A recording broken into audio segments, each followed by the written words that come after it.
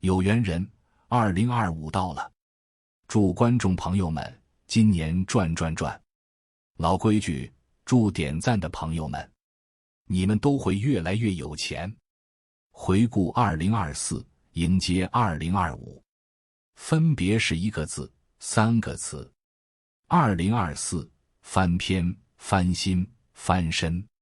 2025，守住、忍住、挺住。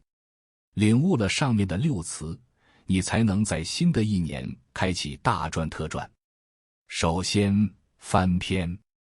想想这一年，你是不是也有很多无法释怀的人或事？或许是一段让你忘不掉的关系，或许是一个让你过不去的坎。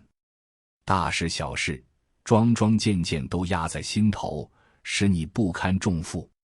眼看别人一年一个光景，你却还被心底的执念困囿于原地。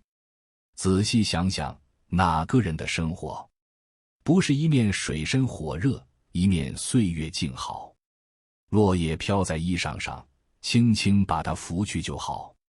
毕竟书要往后翻，人要向前走。前阵子滑雪运动员谷爱凌参加云顶世界杯的决赛，不料她出师不利，在首轮比赛出现失误，摔倒在地。现场的观众也纷纷泄气，觉得他此次夺冠无望。谷爱凌却丝毫没有慌乱，只给自己换了个歌单。很快，他便从失误中调整过来，在随后的比赛里超常发挥，夺得了冠军。谷爱凌并没有让自己沉溺于失败中，歌单换了，过去的一切就翻篇了。对你我来说亦是如此。这世上没有解不开的结，也没有渡不过的河。我们在人生的道路上，最好的办法是向前看，不要回头。2024年过去了，跟过去的自己告个别吧，把心底的灰尘扫一扫，把过往的杂念清一清。2025年，过往的遗憾不必再纠结，以往的伤害学着释怀吧。只有旧的故事翻篇了，新的故事才能开始。再者，翻新，不知你有没有这样的感受？跟1年前的自己相比，除了年龄又长了1岁，好像没有任何长进。年初列的清单一个都没完成，工资也1分都没涨。时间在向前走，而你却依旧留在原地。看过一句话，人若是更新不了自己，就只能在旧和重负之中迷惑。要知道，车子都会定期保养，更换一些零部件。房子住了几十年，也会加以翻新。你用的电子产品，每年都在升级换代。人也需要翻新，才能拥有源源不断的活力。泰的演讲迷茫时如何重置自己的人生中说，人生没有最终稿，你必须不断修改你的生活来创造你的现实。90后服务员姚碧便是如此。大学期间，他就经常去5星级酒店和国际会议实习。别人都盼着分到最轻松的地方去浑水摸鱼，只有他要求去最忙碌的场合锻炼。他深知，想要拥有顶尖的服务能力，就要不断更新自己。工作之外，他还不忘学习各国的文化礼仪，掌握不同场合的服务技巧。正是这样，他才能够在不打扰客人用餐的前提下，精准预判领导人所需要的服务。后来，他因为出色的服务能力，成为了国宴服务团队中的一员。如今，姚碧常被邀请到各类高端场合进行培训和分享经验，年薪高达100万。你看，更新自己是每个人终身的必修课。办公室年纪最大的员工，每天抽空更新了技能，不仅升了主管，还拿到了2倍的薪资。那个刚失业的程序员，自从换了形象，整个人自信了不少，还获得了新的工作机会。明天对世界而言，永远是个奇迹。我相信，只要你愿意，1年时间足以让你成为一个更好的自己。此后的每一天，都要像翻新土地般翻新自己。别焦虑，别彷徨，别停留。唯有当你跟着时间一起往前走时，生活才会焕然一新。还有翻身。这1年，你有没有经历过低谷期？工作多年，好不容易攒了些钱，一场意外便席卷一空。人到中年，上有老下有小，正是难熬的年纪，却丢了谋生的工作。不管工作还是生活，都处处不顺，仿佛是上天在故意刁难你。其实，人生的每一个低谷都是上天的考验。上个月，李子柒一回归，便迅速霸占了各大榜单。他只更新了2个视频，播放量就破了5亿，粉丝更是增长数千万。3年前，他被迫停更，一时间冒出了无数网红模仿他，想要分一杯羹。可他并没有就此消沉，而是走了20多个省，拜访了100多位非遗传承人学艺。他花了3年时间沉淀自己，从谷底重回巅峰，打了一场漂亮的翻身仗。还有眼科医生陶勇，4年前的冬天，他被医闹恶意砍伤。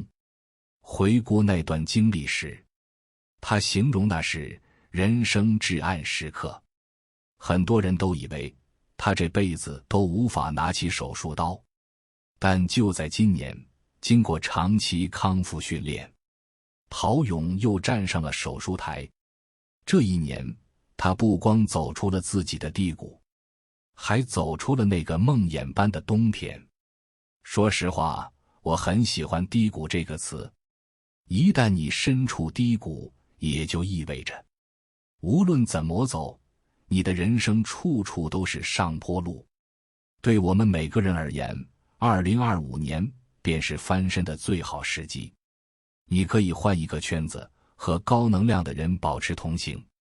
你可以列一个新书单，给自己的大脑充充电。你可以报一门健身课，给自己一个健康的身体。时间花在哪儿，你的人生之花就开在哪儿。这一次制定好计划，就别再偷懒了。人一旦习惯了躺平，就隔绝了一切好运降临的可能。累了就睡一觉，醒来继续前行。你要相信，所有苦楚皆有回甘，所有兵荒马乱的低谷都会成为过往。那么会怎么样？没有人知道。但正如稻盛和夫所说，你为了未来去焦虑，你为了过去去后悔，都不如你此时此刻做好当下的这一件事。很多事情，只有你当下付出努力了，才知道答案。如果你问我，对于不确定的2025年有什么建议，我建议你一定要守住、忍住、挺住。先是守住。这2年，外界各种急剧的变化，让我们很多习以为常的工作模式和思维习惯被打破了。面对着这种变化，个体是很脆弱的，常常会有不知所措之感。可是，外界越是变化繁复，你越要守住自己。具体说来，就是守住脑、心、体。守住脑。你每天睁开双眼，各种乱七八糟的信息就会如潮水般涌来。然而，信息的泛滥还伴随着虚假与误导。若不能时刻保持清醒，只会被带偏、被污染。尤其很多不好的消息，经常会让人心情压抑很久。社会学家斯塔夫·勒庞在著作《乌合之众》中说，当一个人融入社会之中时，他便失去了自我。所以，你要守住脑，保持清醒和独立思考，懂得对外界的信息进行筛选，放下对负面信息的关注，专注在影响圈，把焦点放在自己身上。2. 守住心。阿里巴巴以前请过培训老师，有个培训老师正在给员工培训，教员工怎么把梳子卖给和尚。恰巧马云经过，听了不到5分钟，立马就要求把这个人开除掉。为什么？因为和尚本来就不需要梳子，把产品卖给不需要产品的那些客户，这是骗人，是违背价值观的事情。形势好的时候，你或许能坚持原则，可是当形势不好，你身处低谷的时候，你能不能耐得住寂寞，经得住短期利益的诱惑？坚守底线和原则，坚持做对的事情。守住心，就是无论何时都要坚守本心，本分做人。3. 守住体。体就是身体，就是健康。人生的下半场，拼的是健康。一个人的健康和饮食、睡眠、运动等因素息息相关。管理好饮食，越是在比较焦虑的时候，越要合理饮食，每天按时吃饭，荤素合理搭配，补充蛋白质和维生素。管理好睡眠，如果你总是在熬夜，或者长期睡眠不足，那是在透支你的未来，迟早你的免疫系统会崩溃。所以年后一定要早睡早起，规律作息，保养好自己的身体，管理好体能。你要分配出一定的时间，保持适度的锻炼和运动，提升自己的体能。2025年，我真诚地希望每一个人去做一些力所能及的事情，管理好自己的身体，守住健康，便守住了一切。其次，忍住。忍住就是不折腾，体现的是一份对本能冲动的克制，是一种审时度势后的理性。2025年，你一定要忍住2件事情。1. 忍住跳槽的冲动。形势不好，很多公司都在降本增效，甚至连国企也开始裁员了。在这种背景下，我建议你一定不要轻易跳槽。很多人一遇到压力，处在一个低谷，就想离职，希望能找到一份轻松又能赚钱的工作。但是我要告诉你，你在这家公司跨越不过去的剑，换了一家公司还是跨越不过去。我们也经常看到，很多人总是在频繁跳槽，不停地换工作，今年做这件事，明年在别的公司又是干另外一件事，后年又是做另外的事情，永远在同一水平线上。你看，你逃避的那些困难依然还在前方等着你。所以，如果你现在的这一份工作还不错，请善待你的工作，不要轻易离职。2. 忍住坏情绪。心理学家罗纳德·波德尔说，情绪可以像流感那样传播，传递给密切接触者。美国洛杉矶大学医学院的心理学家加利·斯梅尔做过一个心理学实验，他让一个开朗乐观的人与一个愁眉苦脸的人共处一室，结果不到半个小时，这个原本乐观的人也开始长吁短叹起来。加里·斯梅尔通过进一步的实验后证明，只需要20分钟，不良情绪就会在不知不觉中传染给别人。的确，坏情绪就像是将一瓶污水倒进了酒桶，里面的酒也就不能再喝了。在工作中有坏情绪，同事们就会远离你，不会想和你合作。在家庭中有坏情绪，伤害的便是自己最亲近的家人。所以要忍住坏情绪，控制自己的脾气。心理学上有一个12秒效应，人被某件事情引起暴怒的时间只有12秒，过了这段时间人会恢复往日的平静。所以当你特别生气的时候，想骂一个人的时候，不妨起身去趟洗手间，或者去喝杯茶，这样过一会儿可能你就冷静下来了。我心情不好的时候，就拉着我朋友陪我去爬山，爬到满身大汗的时候，晚上再拉着他去喝一杯酒，什么坏情绪都解决了。最后挺住。曾经看过作家莫言分享的一个短片，不要被大风刮倒。他随爷爷运草的归途，天象诡异，狂风大作，耳畔响彻着沉闷的雷鸣。风越来越大，车上的草被席卷至天空。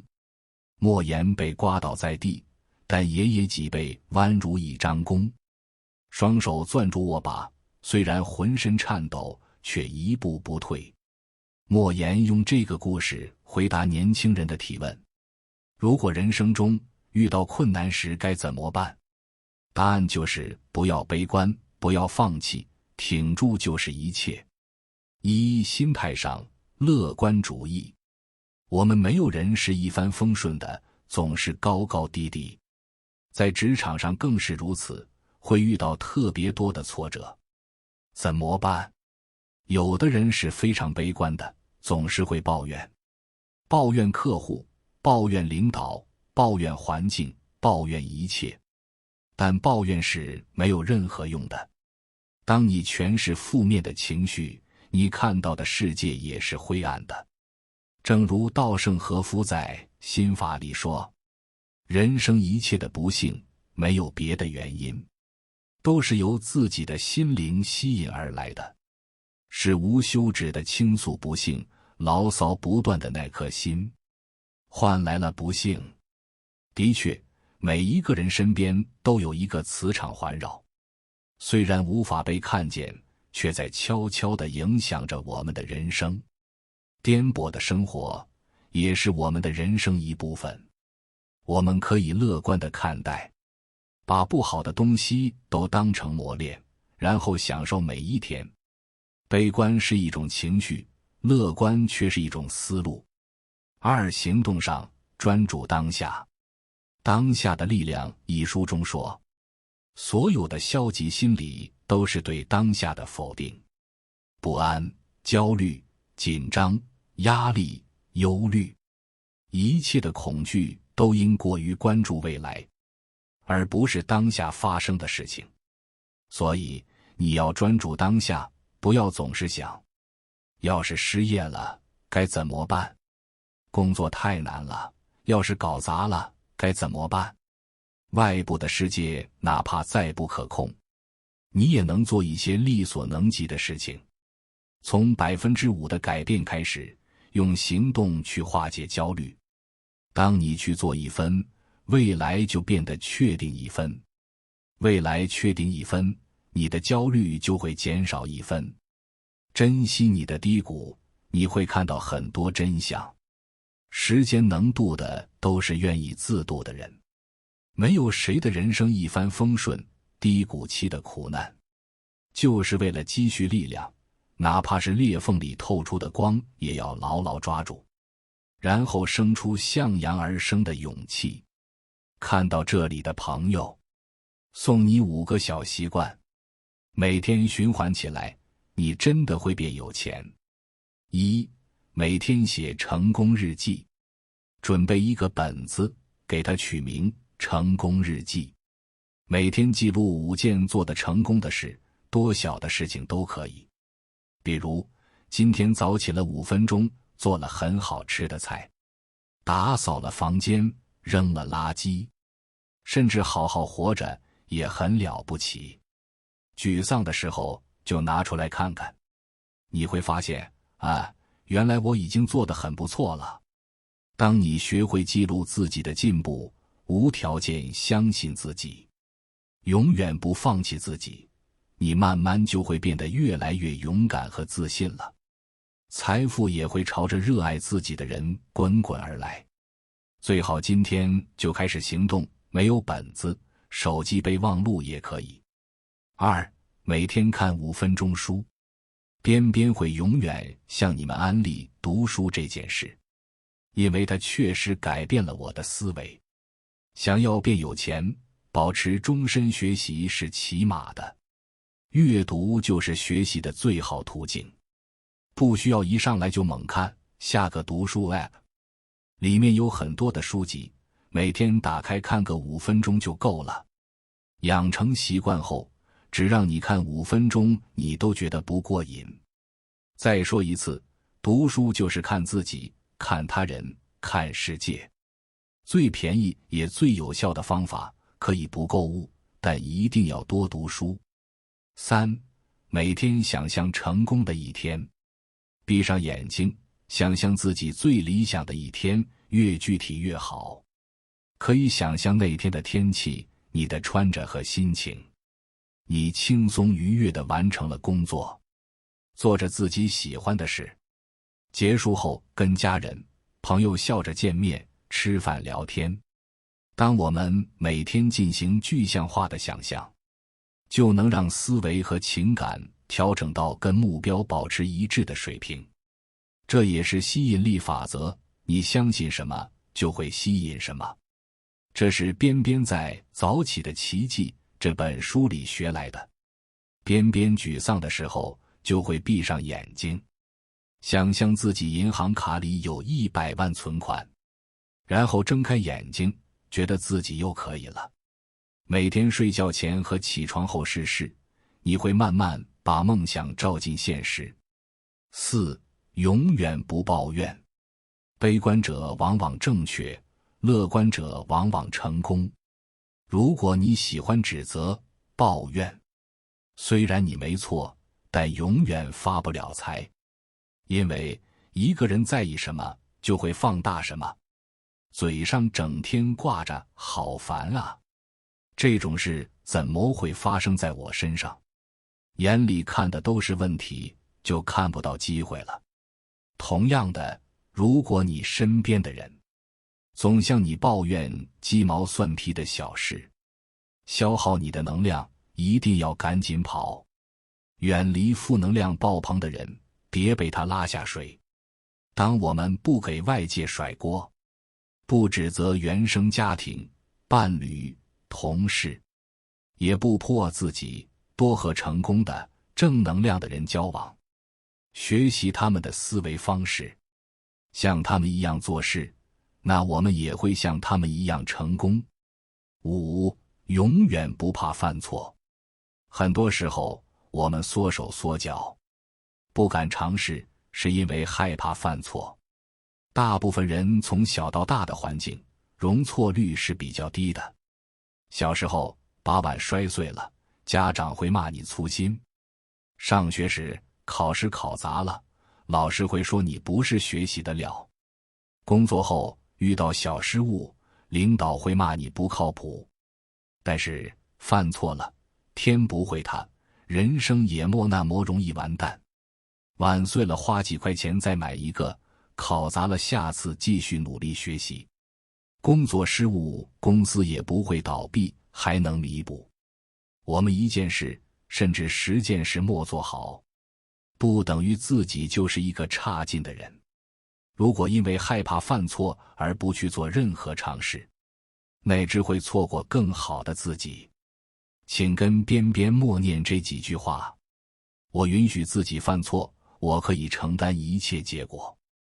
我不必事事追求完美，犯错后进步的感觉真的很棒。每天去犯错误，每天都在进步。